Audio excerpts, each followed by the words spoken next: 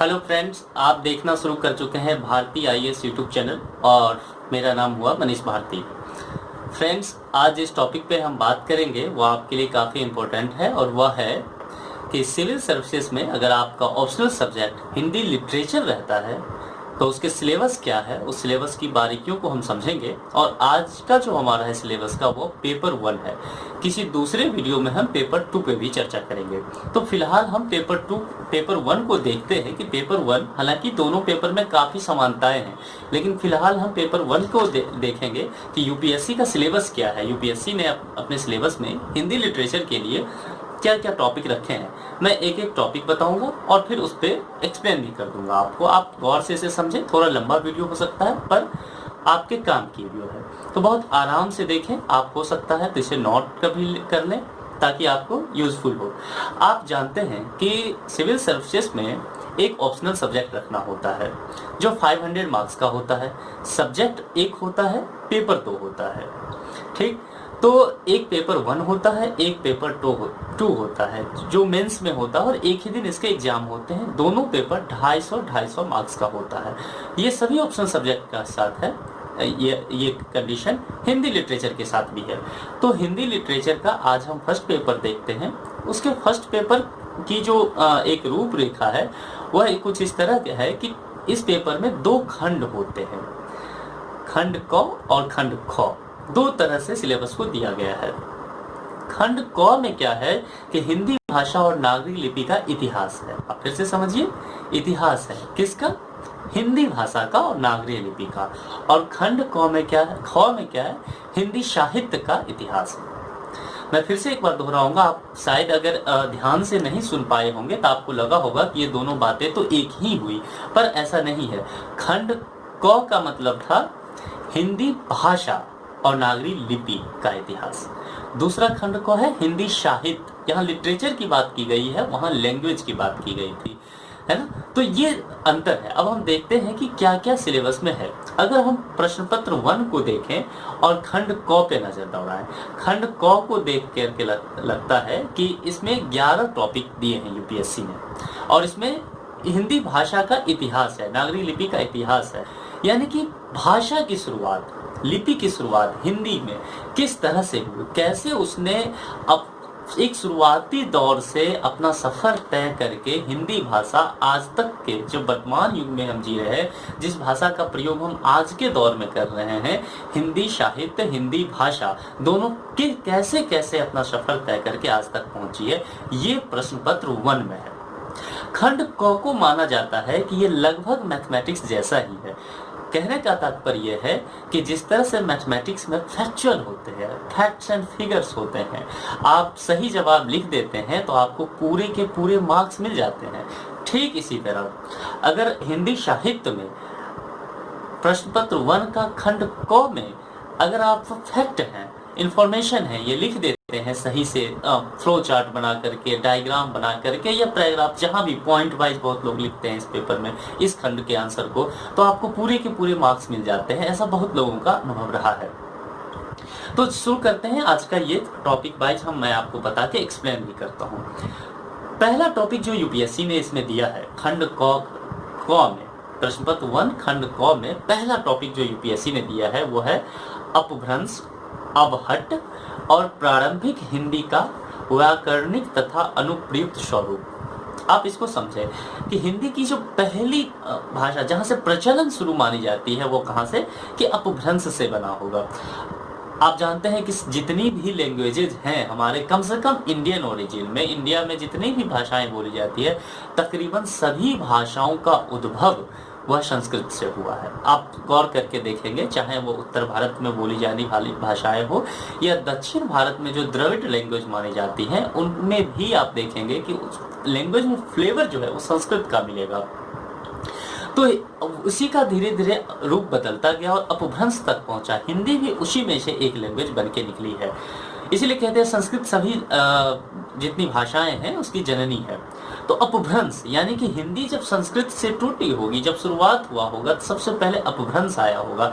तो पहला जो है वो है अपभ्रंश।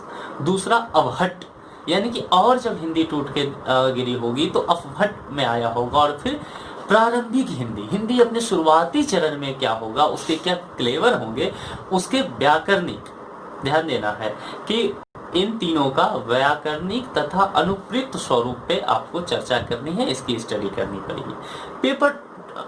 इसी पेपर में, पेपर 1 में को पॉइंट नंबर 2 में जो लिखा गया है वह है मध्यकाल में। ध्यान रखिए, कीवर्ड को पकड़िए, मेंस में बहुत जरूरी होता है कीवर्ड को देखना कि सिलेबस में कीवर्ड क्या दिया गया है। यहाँ लिखा गया है मध्यकाल में, मध्यकाल में क्या, ब्रज और अवधि का साहित्यिक भाषा के रूप में विकास। ध्यान रखना है, यहाँ यह नहीं कहा गया है कि ब्रज और अवधि का साहित्यिक भाषा के रूप में विकास, यहाँ कहा गया है कि मध्यकाल में। तो केवल मध्यकाल की विशेष जानकारी आपको चाहिए। आप बाकियों की जानकारी थोड़ी बहुत रखिए, नॉलेज अच्छा होता है, यूजफुल हो सकता है आपको आंसर राइटिंग में, बट मध्यकाल पे आपकी गहरी समझ होनी चाहिए। 2 भाषाओं की, ब्रज और अवधि का साहित्यिक भाषा के रूप में किस प्रकार विकास हुआ, इसकी आपको समझ होनी चाहिए। तीसरा टॉपिक जो है खंड क में वो है सिद्ध एवं नाथ साहित्य, खुसरो, संत साहित्य, रहीम आदि कवियों और दक्षिणी हिंदी में खड़ी बोली का प्रारंभिक स्वरूप। फिर से मैं एक बार बताता हूँ क्या क्या इसमें है। प्रारंभिक स्वरूप की बात की गई है, ध्यान रखिएगा, अंत में है प्रारंभिक स्वरूप। तो जितने चीजों में बोलूंगा उसका प्रारंभिक स्वरूप क्या है उस पर चर्चा की गई है। पहला क्या है, सिद्ध एवं नाथ साहित्य। आगे बताऊंगा मैं सिद्ध एवं नाथ साहित्य क्या है, आप जानते भी होंगे अगर आप लिटरेचर के स्टूडेंट रहे हैं तो। सिद्ध एवं नाथ साहित्य, उसके बाद है खुसरो, अमीर खुसरो, आप जान रहे होंगे उनको। फिर आता है संत साहित्य, संत साहित्य से भी आप परिचित होंगे। रहीम, रहीम कवि को आप जान ही रहे होंगे। आदि कवियों के, आदि कबीला, आदि वर्ड लगा हुआ, यानी कि कुछ और कवि हो सकते हैं। अगर रहीम को आप पढ़ रहे हैं और संत साहित्य भी लिखा हुआ है, संत साहित्य है तो गुरु नानक देव वगैरह को आप जाने। रहीम अगर लिखा हुआ है तो आप कबीर के बारे में भी थोड़ी सी जानकारी रख लें, तुलसीदास के बारे में भी जानकारी रख लें। कवियों, आदि कवियों और दक्षिणी हिंदी में, अब दक्षिणी हिंदी की बात की जा रही है, जो द्रविड़ हिंदी है, दक्षिणी हिंदी में खड़ी बोली का प्रारंभिक स्वरूप। आज जो हिंदी का हम प्रचलित रूप देखते हैं लगभग यही खड़ी बोली मानी गई है। तो खड़ी बोली का प्रारंभिक स्वरूप क्या है, इसका अध्ययन आपको करना पड़ेगा। ये टॉपिक नंबर 3 था। टॉपिक नंबर 4 में हम चलते हैं, उसमें लिखा गया है 19वीं शताब्दी में खड़ी बोली और नागरिकी लिपि का विकास। मैंने कहा था कि आप कीवर्ड को पहचाने, यहाँ यह बात नहीं कहा गया है कि खड़ी बोली और नागरिक लिपि का विकास, यहाँ कहा गया है 19वीं शताब्दी में। ध्यान रखिए, यानी कि 19वीं शताब्दी में, सिर्फ 19वीं शताब्दी में खड़ी बोली और नागरिक लिपि, बोली खड़ी और लिपि नागरिक का विकास किस तरह से हुआ, कैसे ये प्रोग्रेस हुआ, कैसे ये अपना सफर तय कि इसका अध्ययन आपको करना पड़ेगा। उसके बाद है 5वां नंबर टॉपिक जो है वह है हिंदी भाषा और नागरिक लिपि का मानकीकरण। किसी भी लैंग्वेज के लिए, किसी भी भाषा के लिए, किसी भी लिपि के लिए एक स्टैंडर्ड फॉर्म होता है, एक मानकीकरण होता है। जैसे कि आप देखते होंगे अगर बिहार के लोग हिंदी बोल रहे हैं तो उनका कुछ अलग ही बोलने का अंदाज होगा, दिल्ली के लोग कुछ अलग अंदाज में बोल रहे होंगे, महाराष्ट्र के लोग हिंदी बोल रहे होंगे पर उनका अंदाज कुछ अलग होगा। इसी तरह आप साउथ के कभी लोगों को देखिए, नॉर्थ ईस्ट के लोगों को देखिए, पहाड़ी इलाकों के लोगों को देखिए, राजस्थानी लोगों को देखिए, पंजाबी लोगों को देखिए, ये सभी अगर हिंदी बोल रहे हो, सिर्फ हिंदी भी बोल रहे हो तो इनके बोलने का जो अंदाज है, क्लेवर है, वो बदला बदला रहेगा। लेकिन एक मानकीकरण किया जाता है व्याकरण के आधार पे, भाषा के का, लिपि का, कि एक स्टैंडर्डाइजेशन फॉर्मेशन हो। उनके बोलने के तरीके अलग हो सकते हैं लेकिन व्याकरण के आधार पे बहुत ज्यादा बदलाव ना आए, इसके लिए हर एक भाषा का, किसी भी भाषा का, किसी भी लिपि का स्टैंडर्डाइजेशन किया जाता है। इसी तरह हिंदी भाषा और हिंदी भाषा लिखी किस में जाती है, नागरिक लिपि में। तो नागरिक लिपि, इस दोनों का मानकीकरण क्या है, स्टैंडर्डाइजेशन क्या है, ये पढ़ना है आपको डिटेल से। ये यहाँ यूपीएससी आपसे कह रही है।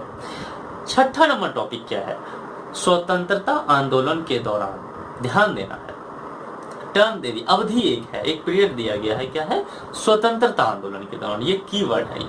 तो स्वतंत्रता आंदोलन के दौरान राष्ट्रभाषा के रूप में, फिर एक कीवर्ड आपके पास आ रहा है, एज ए नेशनल लैंग्वेज, राष्ट्रभाषा के रूप में हिंदी का विकास।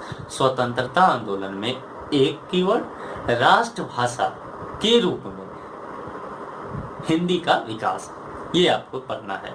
सातवां टॉपिक है, सातवां टॉपिक फिर कीवर्ड से ही स्टार्ट यूपीएससी ने किया है, वह है भारतीय संघ। अब आपको भारतीय संघ का थोड़ी सी जानकारी होनी चाहिए। अगर आप पॉलिटी के स्टूडेंट रहे हैं तो आप जरूर जानते होंगे। भारतीय संघ की राजभाषा के रूप में हिंदी का विकास। भारतीय संघ जब बना, भारत आजाद हुआ, संविधान में राजभाषा की व्यवस्था की गई, 8वीं अनुसूची डाली गई, उसमें कई लैंग्वेज जुड़ते गए और आज तक आप जानते हैं कि 22 लैंग्वेज को 8वीं अनुसूची में डाल दिया गया है। तो कहने का तात्पर्य यह है कि कई सारी राजभाषाएं हैं, इसमें हिंदी भी एक राजभाषा है। ध्यान रखना, हिंदी राष्ट्रीय भाषा नहीं है, कई बार हम कंफ्यूजन होता है में, यह एक राजभाषा है। इस तरह से कई और राजभाषाएं हैं। तो हिंदी का राजभाषा के रूप में कैसे विकास हुआ भारतीय संघ के परिप्रेक्ष्य में, इसे आपको पढ़ना है। अब एक टॉपिक है 8वां नंबर टॉपिक, जिसकी जरूरत किसी भी भाषा को होती है। कोई भी भाषा तभी अधिक फलता फूलता है जब जिस टॉपिक की यूपीएससी ने अभी चर्चा की है, इस पे आप गौर करेंगे तो आप समझ जाएंगे। उसका कारण है क्या, हिंदी भाषा का 2 कीवर्ड है, ध्यान से सुनिए, वैज्ञानिक, हिंदी भाषा का वैज्ञानिक और तकनीकी विकास। समझ रहे हैं, साइंटिफिक एंगल से और टेक्नोलॉजी के एस्पेक्ट्स में हिंदी लैंग्वेज का किस तरह से विकास हुआ है। आज हर काम जो है वह विज्ञान के हिसाब से चल रहा है, तकनीक हर काम को सरल बनाने के लिए उपयोग में आ रही है। तो जाहिर सी बात है उसमें भाषा के प्रयोग पे बहुत ध्यान दिया जाएगा। आज आप गूगल करते होंगे तो डिफरेंट सारे लैंग्वेज मिल जाते होंगे, गूगल ट्रांसलेशन आप यूज करते होंगे तो हिंदी भाषा भी मिलता होगा। एक समय था जब ये नहीं था, उस केवल गूगल पे इंग्लिश लैंग्वेज हुआ करती थी या कुछ स्पेनिश, फ्रेंच ऐसे लैंग्वेज थे। लेकिन अब देखिए हिंदी है, कई सारी क्षेत्रीय लैंग्वेज भी आ गए हैं, जैसे गुजराती, मराठी, तमिल, उड़िया, ये बंगाली, ये सारे लैंग्वेज आपके ट्रांसलेटर मिलने लगे हैं गूगल फॉर्म पर। यानी कि देखिए तकनीक में और वैज्ञानिक भाषाओं में अब इन सब लैंग्वेज का उपयोग होने लगा है। इसी के माध्यम से भाषाएं फलती फूलती है, अपने विकास की प्रक्रिया को जारी रख पाती है। तो कहने का तात्पर्य है कि हिंदी भाषा का यहाँ वैज्ञानिक और तकनीकी विकास किस प्रकार हुआ है, कहाँ तक हुआ है, क्या और संभावनाएं हैं, इसके समक्ष चुनौतियां क्या है, इन सबों की बहुत ही बारीकी जानकारी आपके पास होनी चाहिए। टॉपिक नंबर 9 यूपीएससी आपके लिए लेके आई है और है हिंदी की प्रमुख बोलियां। अब कई सारी बोलियां हैं, ध्यान रखिए, हिंदी एक भाषा है, इसकी कई बोलियां भी है। मैंने बताया कई क्षेत्रों में अलग अलग अंदाज में हिंदी बोली जाती है। तो हिंदी की प्रमुख बोलियां और उनका परस्पर संबंध। अब जैसे एग्जाम्पल ले लेते हैं, हिंदी की प्रमुख बोलियों में मुझे ध्यान 3 बोली का आ रहा है। एक तो अवधी, आप जान रहे होंगे, जो अवध में बोली जाती है, जैसे कि आप अयोध्या जानते होंगे। तो अयोध्या का जो हिस्सा है, यानी कि उत्तर प्रदेश का ये जो अयोध्या फैजाबाद का हिस्सा है, अवध का प्रांत है, इस हिस्से में अवधी भाषा बोली जाती है। ऐसे ही ब्रज ले लीजिए, तो आप वृंदावन जाते होंगे, मथुरा सुना होगा आपने नाम। इस जगहों पे जो बोली जाती है वो ब्रज भाषा का प्रयोग किया जाता है। ऐसे खड़ी बोली है, खड़ी बोली अमूमन जो नॉर्थ इंडिया का हिस्सा है, उत्तर भारत का हिस्सा, इन सबों में खड़ी बोली अक्सर बोला जाता है आमतौर पे। तो हिंदी की ये प्रमुख 3 बोलियां हैं, कौन कौन सी, अवधी, ब्रज और खड़ी बोली, ये तीनों का दिया है। फिर देखिए हिंदी की प्रमुख बोलियां अंडरलाइन, ये कीवर्ड हुआ, और उसका परस्पर संबंध, ये तीनों का संबंध किस प्रकार से है, एक दूसरे से कितना मिलता जुलता है, इस पे आपको चर्चा करनी है। इसका आपको बहुत बारीकी से अध्ययन करना है। टॉपिक नंबर 10 यूपीएससी आपको देती है खंड क प्रश्न पत्र 1 हिंदी साहित्य में नागरी लिपि की प्रमुख विशेषताएं, नागरी लिपि कीवर्ड, और प्रमुख विशेषताएं दूसरा, और उसके सुधार के प्रयास। नागरिक लिपि में कई विसंगतियां हो सकती है, तो समय के साथ क्या होता है, सुधार की आवश्यकता होता है। तो नागरिक लिपि की विशेषताएं और उसके सुधार के प्रयास क्या क्या किए गए हैं, इस पे चर्चा, तथा मानक हिंदी का स्वरूप। मैंने पहले बताया मानक हिंदी का जो मानकीकरण हुआ, स्टैंडर्ड फॉर्म में हुआ, इसका क्या स्वरूप है, इस पे आपको चर्चा करनी है। इसका आपको अध्ययन अध्यापन बहुत ही बारीकी से करना पड़ेगा।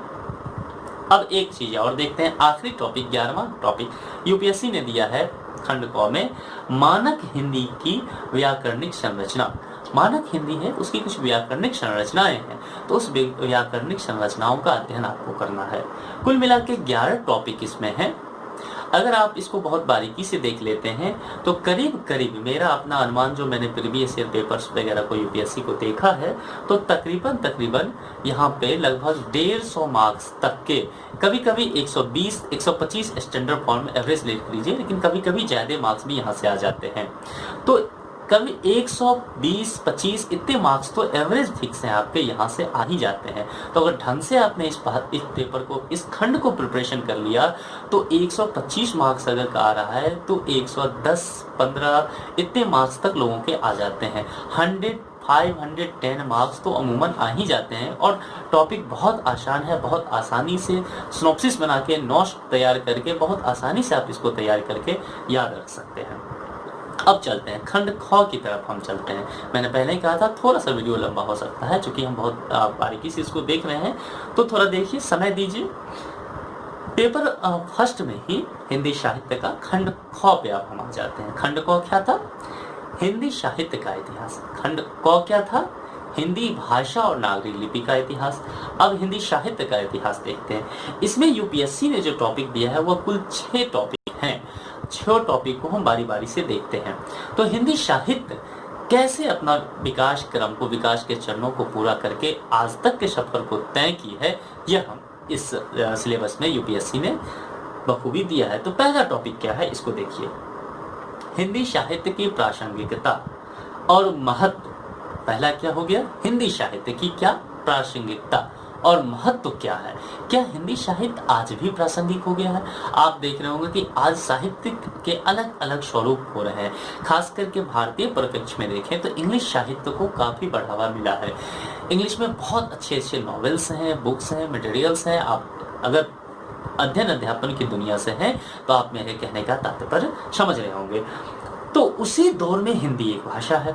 हिंदी भाषा की क्या प्रासंगिकता आज में है? क्या वो बढ़ रही है, कम हुई है? कितनी उसके सामने संभावनाएं हैं, चुनौतियां क्या क्या है, इनको पढ़ना। और महत्व क्या है इसका, इसे भी। तथा हिंदी साहित्य के इतिहास लेखन की परंपरा। हर भाषा का, हर साहित्य का, हर समाज का, हर व्यक्ति का कुछ एक इतिहास होता है।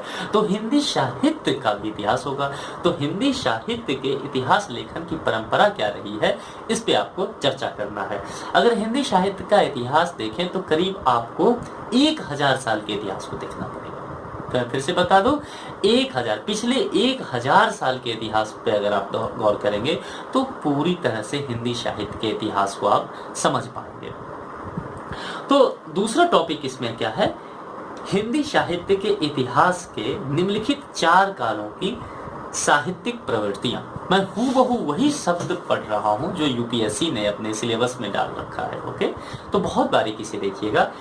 टॉपिक नंबर 2 है खंड ख प्रश्न पत्र 1 हिंदी साहित्य का, हिंदी साहित्य के इतिहास के निम्नलिखित 4 कालों की साहित्यिक प्रवृत्तियां।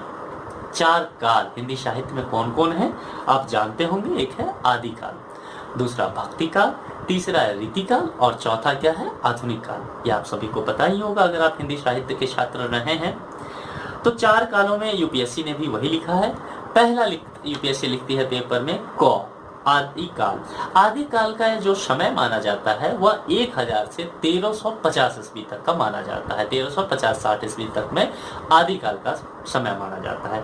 अब आदिकाल में यूपीएससी लिखती है सिद्ध, नाथ और रासो साहित्य। ये 3 तरह के साहित्य हैं, सिद्ध, नाथ और रासो साहित्य।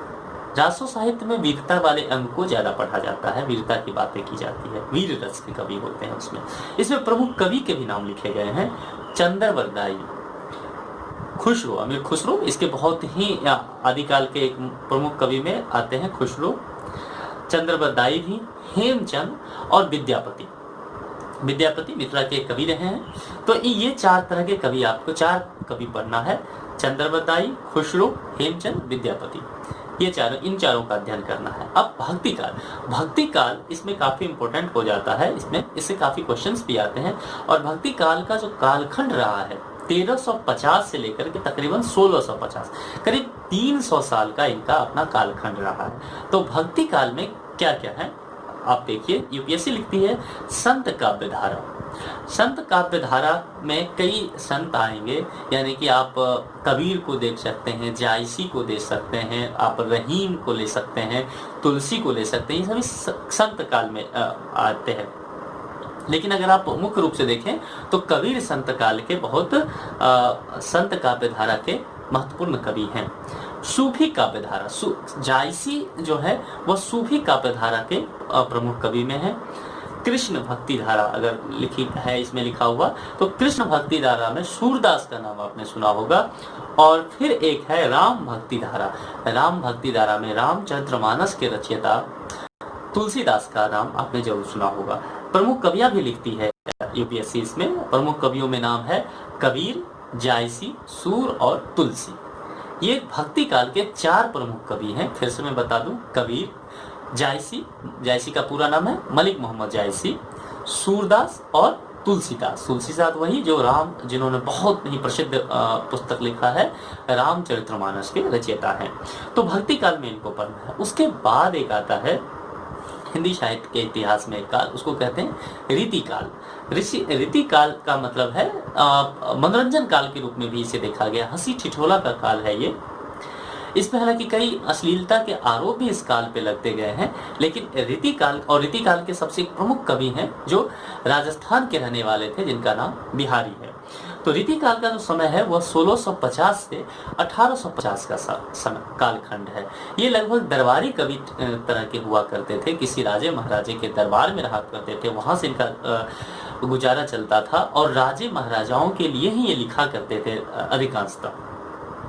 करीब 200 साल का इनका कालखंड रहा। तो रीतिकाल को अगर देखें तो यूपीएससी लिखती है गौ में रीतिकाल, फिर लिखती है रीतिकाल में पढ़ना क्या है, रीति काव्य। रीति काव्य के बाद रीतिबद्ध काव्य, इस दोनों में अंतर है, इसे आपको पढ़ना पड़ेगा। और तीसरा है रीति मुक्त काव्य। 3 वर्ड हैं, कीवर्ड, ध्यान से इसे आप समझ लीजिए। एक है रीति काव्य, रीतिबद्ध काव्य, ऐसे काव्य जिनमें रीतिबद्धता हो, और एक है रीति मुक्त काव्य।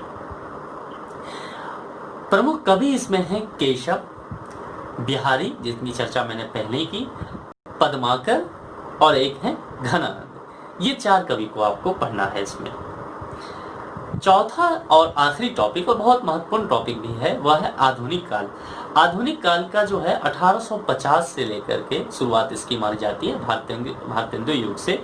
तो आधुनिक काल में यहाँ लिखती है यूपीएससी कौ, उसमें कौ देखती है नव जागरण, गद्य का विकास, भारतेंदु मंडल, और प्रमुख कवि लिखती है भारतेंदु, बाल कृष्ण भट्ट और प्रताप नारायण मिश्र। ये आधुनिक काल के कुछ कवि हैं जिनका आपको पढ़ना है, जिनके बारे में। अंग एक टॉपिक आता है, इसका 5वां टॉपिक वह है आधुनिक हिंदी कविता की प्रमुख प्रवृत्तियां, मुख्य प्रवृत्तियां। यूपीएससी जो लिखती है उसमें है एक आधुनिक हिंदी कविता। आधुनिक हिंदी कविता में आप जानते हैं कि छायावादी कविता है, समकालीन है, जनवादी कविता है, जन कविता है। तो यही सब जो प्रयोगवाद है, नवगीत है, ये सब कविताओं का जो दौर है, इसे कहते हैं कि आधुनिक हिंदी की कविता। अब आधुनिक हिंदी की कविता की प्रवृत्तियों में देखिए, जैसा मैंने पहले कहा, छायावाद 1918 से लेकर के 1936 ईस्वी का जो कालखंड है उसे छायावाद का कहते हैं।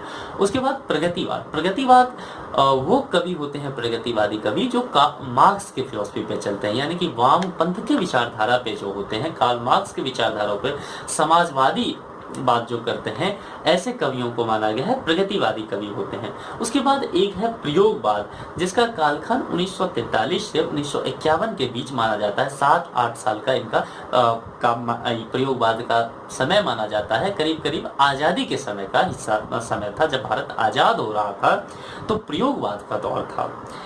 नई कविता आजकल काफी लोग नई कविता जो है वो एक मनोविश्लेषणवाद कविता आप कह सकते हैं। व्यक्ति के अंदर जाकर के उसकी स्थिति अवस्थिति को जानने की जो है कला जो है नई कविता में काफी अधिक दिखाई देती है। और आगे ये सभी इसके प्रमुख कवि रहे हैं।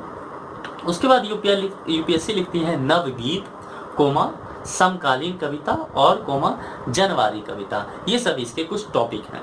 इसके प्रमुख कवि भी हैं। प्रमुख कवि के कुछ नाम हैं, इन सभी नामों पर आप तैयार कर लें, कुछ नोट्स बना लें, सिनॉप्सिस तैयार कर लें, ताकि आपको अध्ययन अध्यापन में दिक्कत ना हो रिवीजन में। पहला है मैथिली शरण गुप्त, दूसरा है जयशंकर प्रसाद, तीसरा है सूर्यकांत त्रिपाठी निराला, चौथा महादेवी वर्मा, पांचवा रामधारी सिंह दिनकर और छठा सचिदानंद हीरानंद वात्स्यानंद अज्ञे। अज्ञे के नाम से फेमस है और इनका पूरा नाम है सचिदानंद हीरानंद वात्स्यायन अज्ञे। और एक आते हैं जो फेमस तो मुक्तिबोध के नाम से आप जानते होंगे उनको, लेकिन उनका पूरा नाम है गजानन माधव मुक्तिबोध। और एक है नागार्जुन, बाबा नागार्जुन के नाम से, ये मिथिलांचल दरभंगा मधुबनी के इनका घर हुआ और ये बहुत प्रसिद्ध कवि माने जाते हैं उस दौर के। आधुनिक हिंदी कविता में कुछ जो प्रमुख प्रवृत्तियां हैं उस दौर के ये कवि हैं। इन सभी पर आप कुछ नोट्स तैयार कर लें, बारीकी से अध्ययन कर लें। अब यूपीएससी तीसरा टॉपिक इसमें देती है, ध्यान रखिए। पहला टॉपिक था हिंदी साहित्य की प्रासंगिकता और महत्व और हिंदी साहित्य के लेखन की परंपरा। दूसरा था ये चार खंड जो है उसके क्या विशेषताएं हैं, उसका इतिहास कैसा है, उसके कुछ प्रमुख कवियां, ये थे इसमें दूसरे टॉपिक में। तीसरा टॉपिक आप यहाँ से चेंज होता है और तीसरा टॉपिक है कथा साहित्य का। तीन चीजें साहित्य में बहुत जरूरी होती है, एक है कथा यानी कि कहानी, दूसरा है उपन्यास और तीसरा है एक कविता, चौथा नाटक। ये चीजें हैं तो यूपीएससी ने इन सबों को सिलेबस में जगह दिया है। तो कथा साहित्य की बात करते हैं। कथा मतलब कहानी या उपन्यास की चीजें जो है इसमें ले चलते हैं आपको।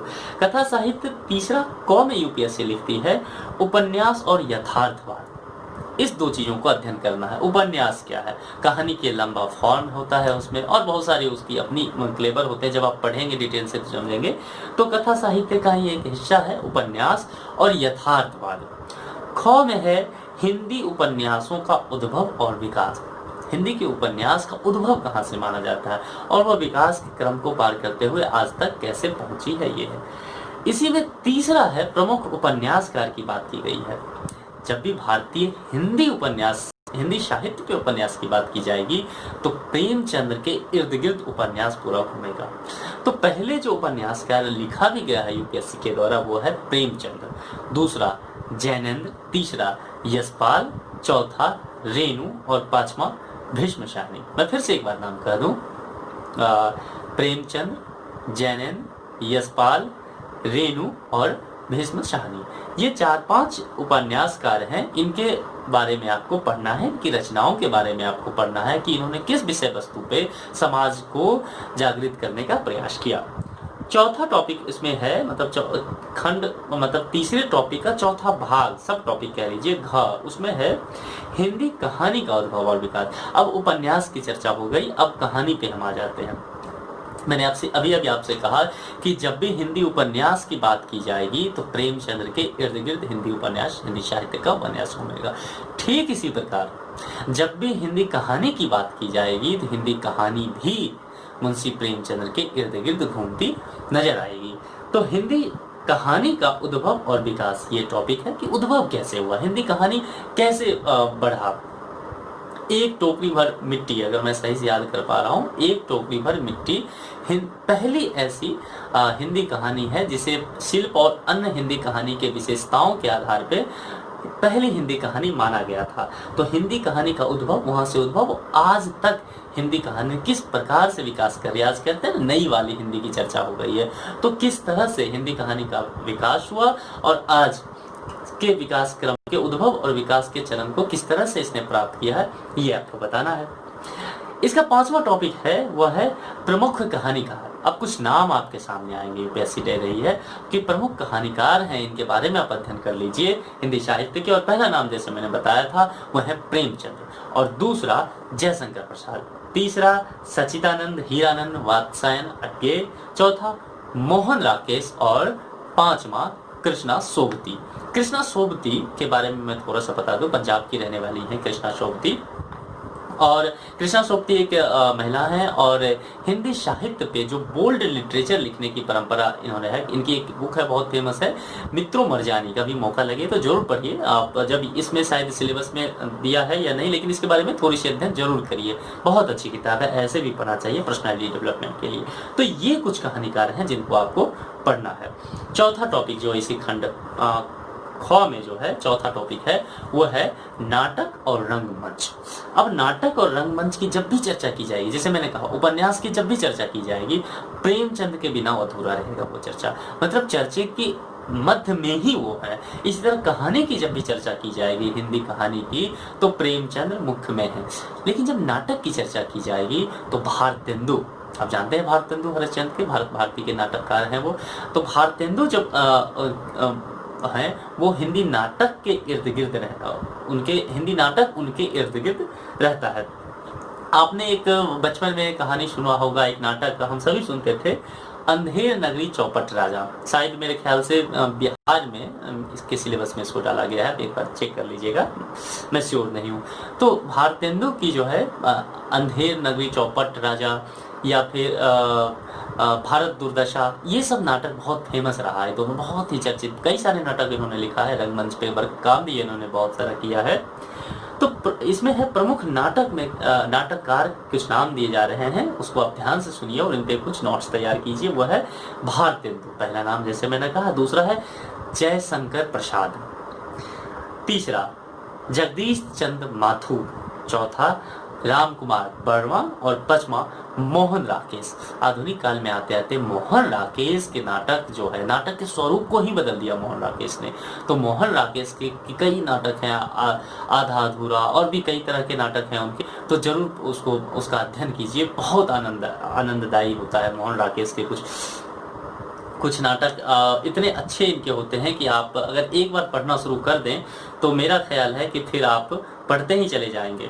तो आप इसको जरूर देखिए। ये 4 नाटककार, फिर से नाम ले लूँ, भारतेंदु, जयशंकर प्रसाद, जगदीश चंद्र माथुर, राम कुमार वर्मा और मोहन राकेश। ओके, अब 5वां इसी खंड का मैं अगर 5वें टॉपिक की चर्चा करूं तो 5वां टॉपिक है आलोचना। आलोचना मतलब होता है क्रिटिकल एनालिसिस, यानी कि कोई विषय वस्तु है, कोई भी वर्ग है, उसके पक्ष और विपक्ष दोनों की चर्चा करना। हाँ, आलोचना में नकारात्मक सेंस थोड़ा सा अधिक रहता है, उसका अंश अधिक होता है। तो देखिए आलोचना में अब जो 5वां टॉपिक है, यूपीएससी क्या देती है। यूपीएससी ने कहा है क में हिंदी आलोचना का उद्भव और विकास। पहला क्या है, हिंदी आलोचना का उद्भव। जिस तरह से कथा का उद्भव था, कहानी का मतलब उपन्यास का हुआ, कविता का हुआ, नाटक का उद्भव, उसी तरह क्या है, हिंदी आलोचना का उद्भव और विकास।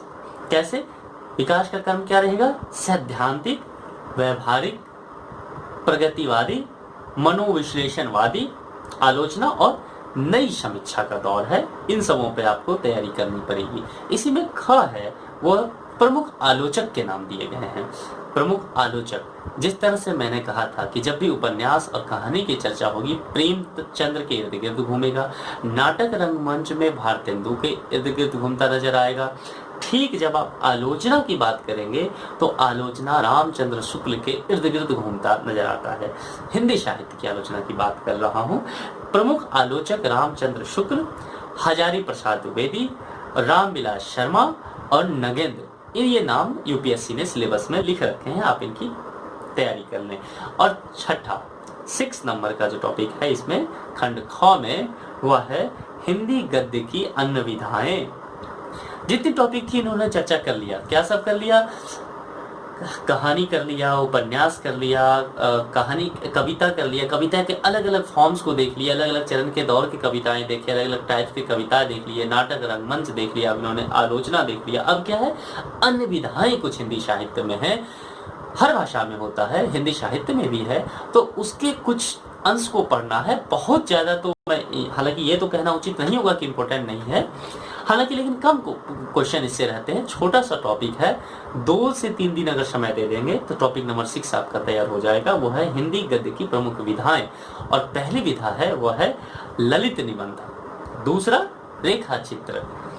रेखा चित्र का मतलब हुआ रेखाओं के माध्यम से, लाइन के माध्यम से अपनी बातें कह देना।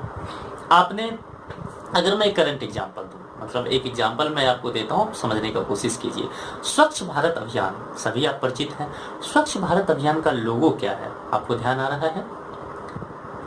अब स्वच्छता भारत में किससे जुड़ा हुआ है, सबसे पहले ये सोचिए, महात्मा गांधी से। स्वच्छ भारत अभियान उन्हीं के नाम, बापू की जब 150वीं जयंती की बात आई कि आने वाला है, तो उसी दरमियान ये शुरुआत किया गया। ठीक, तो स्वच्छ भारत अभियान के लिए कंपटीशन रखा गया लोगो मेकिंग का, लोगो तैयार करने का। तो आप अगर ध्यान ला रहे हैं या गूगल पे जाइए और सर्च मारिए तो आपको स्वच्छ भारत अभियान का लोगो मिल जाएगा। लोगो क्या है? एक रेखा चित्र है, कोई किसी का चेहरा नहीं है, गांधी जी का चेहरा नहीं है, गांधी जी का चश्मा है। कुछ इस तरह का एक चश्मा मिलेगा आपको स्वच्छ भारत अभियान के लोगों पे, और वो इस तरह से एक चश्मा ऐसे रखा हुआ जो गांधी जी का चश्मा है, गोला गोला वाला, ऐसा नहीं। तो वह आप देखिए क्या है, ये रेखा चित्र इसी को कहते हैं। रेखाओं के माध्यम से, चित्रों के माध्यम से, बहुत बारीक रेखाओं चित्रों के माध्यम से बहुत बड़े बात को कह देना, बहुत बड़ी चीजें, बहुत मीनिंगफुल बातों को सामने रख देना, इसे कहते हैं रेखा चित्र। दूसरा होता है संस्मरण।